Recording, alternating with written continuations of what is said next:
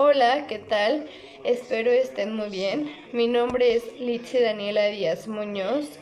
Soy alumna de la Universidad del Desarrollo Pedagógico Empresarial y actualmente estoy cursando el séptimo cuatrimestre de la licenciatura en Educación. El día de hoy quiero hablar sobre la discapacidad intelectual, anteriormente conocida como el retraso mental. Este trastorno o discapacidad está situada en los trastornos del neurodesarrollo. Para comenzar, quiero dar una breve explicación de qué es el neurodesarrollo. Pues este va a ser el proceso de crecimiento del desarrollo del sistema nervioso que tendrá cada niño. Comenzará con la formación de neuronas y afectará el intelecto. El intelecto va a afectar el aprendizaje y va a tener algunas limitaciones de actividades, especialmente en lo motor y en las del lenguaje. Ahora bien, vamos a guiarlos sobre la discapacidad intelectual, que esta no es una enfermedad, sino es una condición de vida que consiste en la dificultad del aprendizaje y en la ejecución de habilidades de la vida diaria. Usualmente presentan dificultad en una, dos o más de sus funciones adaptadas. Esta discapacidad se manifiesta antes de los 18 años de edad y por lo general los niños que presentan esta discapacidad no pueden hacer pruebas de inteligencia porque se les va a dificultar. Esta discapacidad se muestra en la dificultad para resolver problemas, en el razonamiento, en el lenguaje, en la comprensión y en la adaptación, también en lo social. Más adelante vamos a hablar sobre algunas estrategias de intervención. Por lo mismo, dentro del aula no van a poder resolver problemas matemáticos, quizá no podrán abrocharse los zapatos y tendrán algunas dificultad para realizar. Existen 4 niveles diferentes dentro del desarrollo intelectual. El primero es leve. En esta se tendrán dificultades en las aptitudes académicas, de inmadurez, en relaciones sociales y para realizar tareas complejas. El segundo es moderado. Aquí necesitarán ayuda para todas las habilidades, tanto académicas, de trabajo, en su vida personal, tendrán un lenguaje menos complejo y no serán muy sociables. En tercer lugar, grave. En esta se dará muy poca comprensión, tanto en su lenguaje y su comunicación será muy limitada. Necesitarán ayuda y supervisión para todas las actividades cotidianas, tanto de cómo bañarse, cómo vestirse o cómo ir al baño. Por último, la profunda. En esta última no se cuidará en su ámbito personal o de higiene. Su comunicación es muy limitada y depende de todos los aspectos, tanto de físicos, mentales y de salud. Ahora mencionaremos algunas características. Como primer lugar, su aprendizaje será más lento que el de todos los niños. Es decir, tendrá alguna dificultad para entender lo que le estamos diciendo o seguir alguna instrucción de actividades que le podamos llegar a poner. El recordar lo que dice en el momento o puede ser que a un largo plazo, esto se le va a dificultar recordarlo o simplemente lo va a llegar a olvidar por completo. El atraer su atención será muy difícil porque puede que esté pensando en otra cosa o simplemente que su mente esté en blanco, pero no en lo que le estamos diciendo. ¿Cuándo se dará el aprendizaje? Su aprendizaje se dará cuando haya tenido éxito en otras actividades y éstas le hayan producido interés. Se va a tener una mejor participación en actividades que le produzcan interés y que lo lleguemos a animar pues su aprendizaje va a ser más amplio y va a querer seguir involucrándose en estas actividades. Se le dificultará realizar actividades donde se desarrolle las habilidades de lenguaje y de comportamiento. En lo social puede que sea menos interactivo con personas o niños, pues no se tendrá fácilmente la comunicación. Estrategias de intervención. Mencionaré algunas estrategias para poder ayudar a los niños con esta discapacidad. En primer lugar, es importante que se tenga mucha paciencia para poder explicar una situación, un ejercicio o simplemente dar una indicación. 2. Debemos de despertar el interés sobre diversos temas u objetos para que posteriormente se tenga un interés por sí solo. 3. Proporcionar un ambiente de aprendizaje donde él pueda preguntar y pueda obtener mayor información. 4. Ayudarle en las actividades que se le compliquen. Ojo, no hacerlas, sino impulsarlo. 5. Impulsarlo a que pueda resolver un problema o darle variedad de opciones de cómo lo puede resolver. 6. Crear situaciones donde posibilite el aprendizaje, como la comunicación, es decir, que sepa escuchar y respetar turnos. 7. Trazar líneas en el suelo y pasar sobre ellas verbalizando su longitud. 8. Un apoyo esencial serán los juegos, donde pueda tener reflexión, interpretar o comprender. Pueden ser los rompecabezas, el dominó, los laberintos, la lotería, el memorama, etc. 9. Interrogarlo sobre qué hizo en su día, cuándo, por qué, a qué hora, dónde, etc. 10. Emplear palabras dentro de su lenguaje. 11. Utilizar materiales de diversas texturas, como puede ser los legos, el slime, las arenas, etc.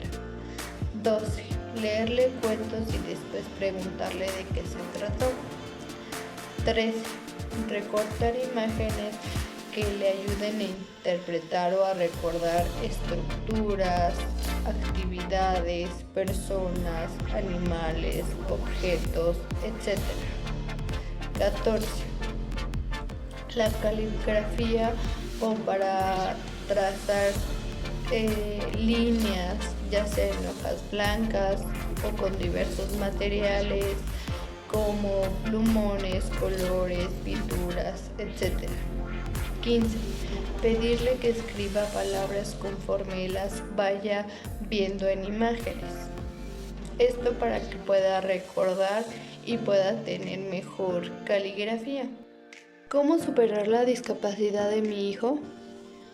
Ahora vamos a ir con la doctora y licenciada en pedagogía Gabriela, que nos ayudará a responder la pregunta de cómo afrontar la discapacidad de mi hijo y por qué a mí.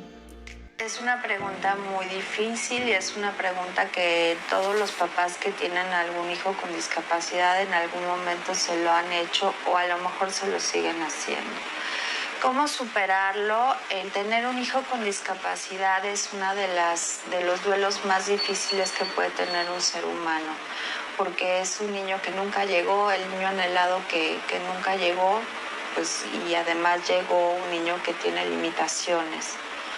Es importante apoyar a los padres en su proceso emocional, en todas las etapas del duelo, en el shock, cuando les avisan que el niño tiene una discapacidad o la va a tener, en la negación, cuando los papás dicen, bueno, tal vez mi hijo no la tenga o a lo mejor después se le va a quitar, en el enojo, en esta pregunta de ¿por qué a mí?, que es natural, en la siguiente circunstancia de, bueno, si a lo mejor lo llevo a que le hagan un tratamiento milagroso, o si lo llevo a un santuario, etcétera, se le puede quitar. Y finalmente en esta circunstancia de la aceptación, decir si mi hijo tiene una discapacidad. Es un proceso natural, es un proceso normal, pero que se tiene que apoyar sí con muchos especialistas porque es muy difícil. Se tiene que acudir con un tanatólogo, se tiene que acudir con un especialista en terapia familiar, tal vez algún psiquiatra. Hay padres de familia que incluso requieren algún tratamiento medicamentoso para poder de alguna manera sopesar esta depresión. Y bueno, la terapia de grupo puede ser sensacional. Estas terapias de autoayuda pueden ser de gran apoyo para los padres de familia que estén en este proceso y de alguna manera entender que esta pregunta finalmente no tiene respuesta. Como ya lo mencionaba la doctora y licenciada Gabriela, es importante que los padres tengan una intervención con un especialista, puesto que a veces son los más afectados en la discapacidad de su hijo. Esto los llega a afectar y pueden llegar a entrar en depresión, en no aceptar al niño, en tratarlos mal, pero al contrario, tienen que intervenir en el tratamiento de sus hijos para que tenga una mejor evolución tanto del lenguaje, del comportamiento, del pensamiento, del aprendizaje. A veces en este caso la madre puede ser la más afectada, puesto que tiene una relación o una interacción con su propio hijo y también se culpabilizan de por qué mi hijo salió así, qué hice en el embarazo para que mi hijo tuviera un trastorno o una barrera de aprendizaje, cómo puedo solucionar el problema, es que yo no quería un hijo así, yo me estaba cuidando para no tener un hijo así, pero a veces se puede, o más bien no se puede entender que puede ser por genes o no puede ser culpa de la madre. Es importante que toda la familia, al saber de algún trastorno de su hijo, es necesario que sea tratada con un psicólogo.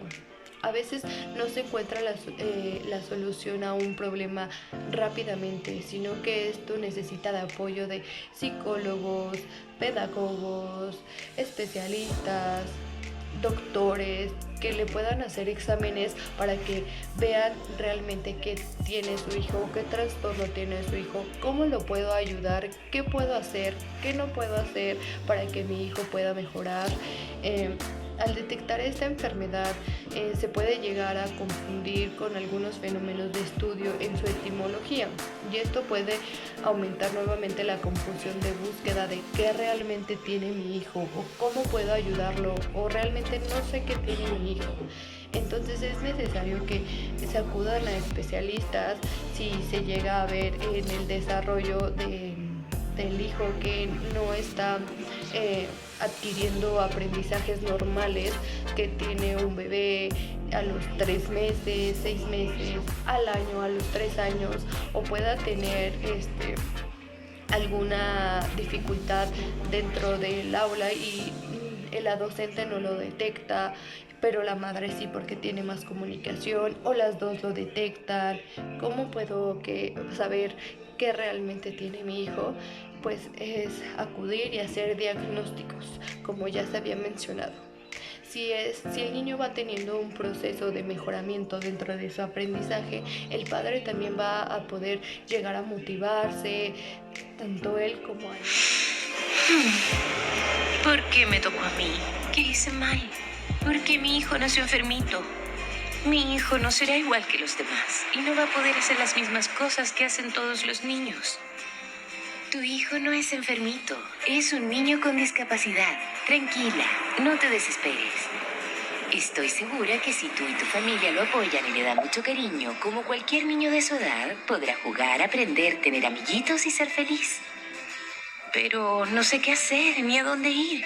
María, hay lugares donde pueden ayudarte. Lo primero que debes hacer es ir a un establecimiento de salud.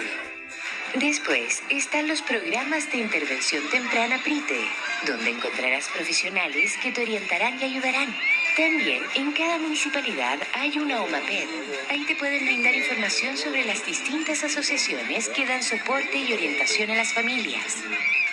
A mí me han hablado de uno que está cerca. Vamos, anímate. Sí, vamos. Muchas gracias.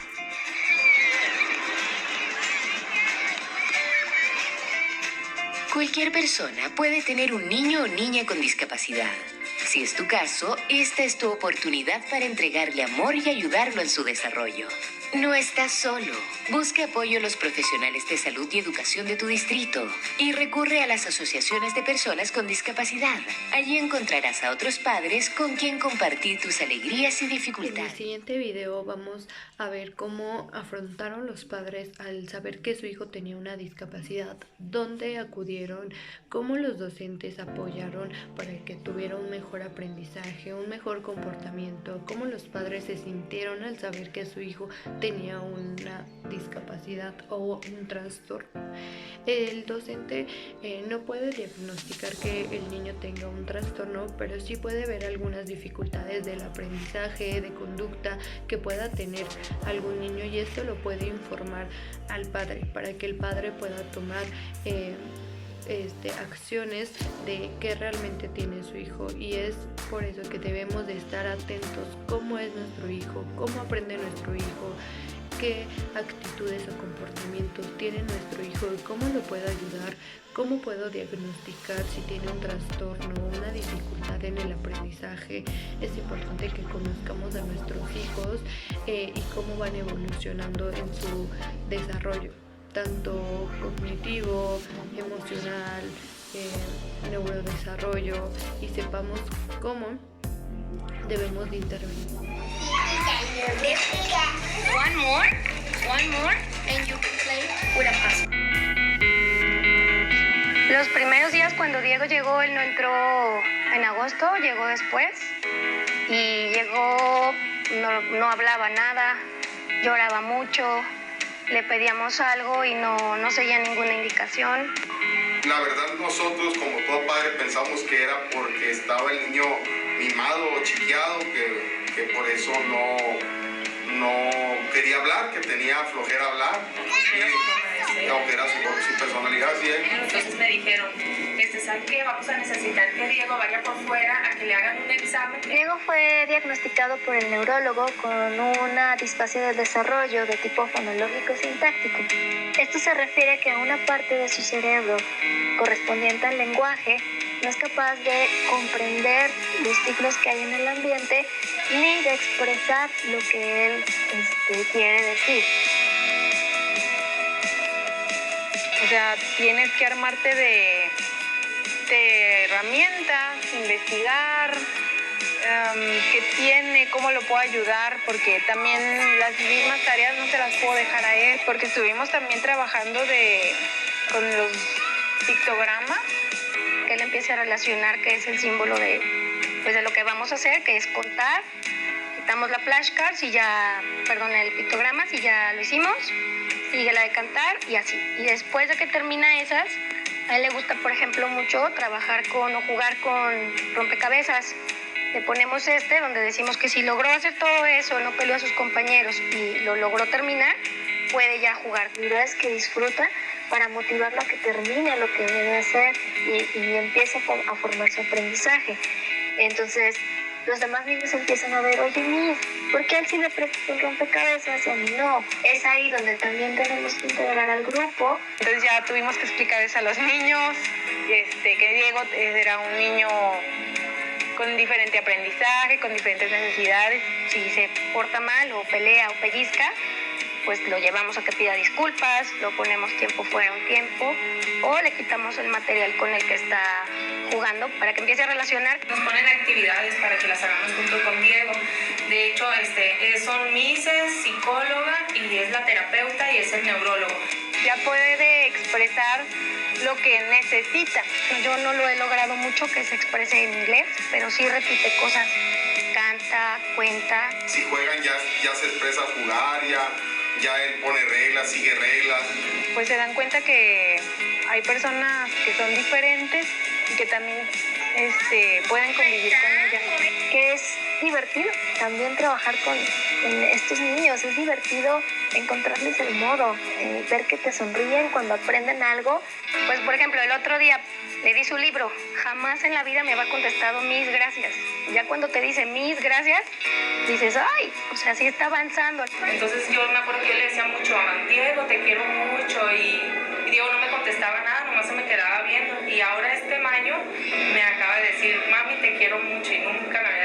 Me quedo con eso, con la parte de que sí se puede, de que se le puede enseñar al niño, sea cual sea su dificultad. Finalmente doy las gracias por ver este video y por estar una vez más con nosotros. Síganos en nuestras redes sociales para tener más información sobre esta discapacidad. Actualmente solo estamos en Instagram